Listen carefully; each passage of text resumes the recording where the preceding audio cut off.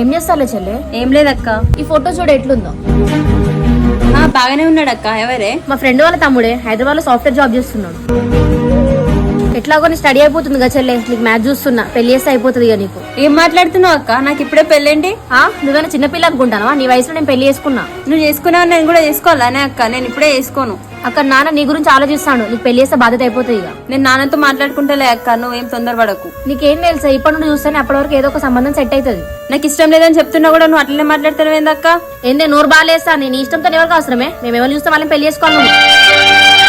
అమ్మ పెళ్లి అయిపోయాక నా పెళ్లి కూడా చేస్తావా? నేనేం చేస్తా బిడ్డ, మీ స్కూల్లో టీచర్ చేస్తాను. ఏంటి స్వాతి పైనకి వచ్చినావు? బావా, మా అక్క ఎవరితో ఫోటో చూపించి పెళ్ళని అంటుంది. పెళ్ళా? ఇప్పుడు నీకు పెళ్ళి ఏంది అసలు? నాకేం అర్థమైతలేదు బావా, మా అక్క ఎందుకు ఇట్లా చేస్తుందో ఏమో.